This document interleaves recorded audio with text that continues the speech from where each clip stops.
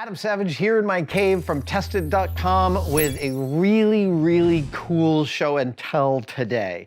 If you're of a certain age, i.e. my age, the first time you encountered a skeleton you could wrap your hands around was probably a model kit called the Visible Man. This is one of the first kits I remember building. There's a visible man, a visible woman, there's a visible fish, a visible dinosaur, there's even a visible cow. The visible cow is actually pretty awesome.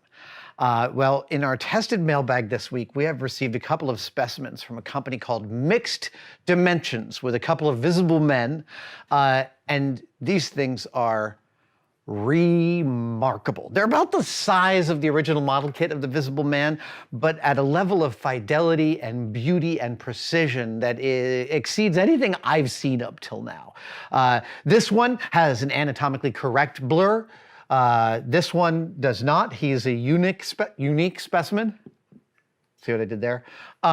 These, in fact, these visible men with the skeletons and all their internal organs visible are 3D prints. This is a brand new kind of 3D printer that can print in a clear resin as well as colored resins, and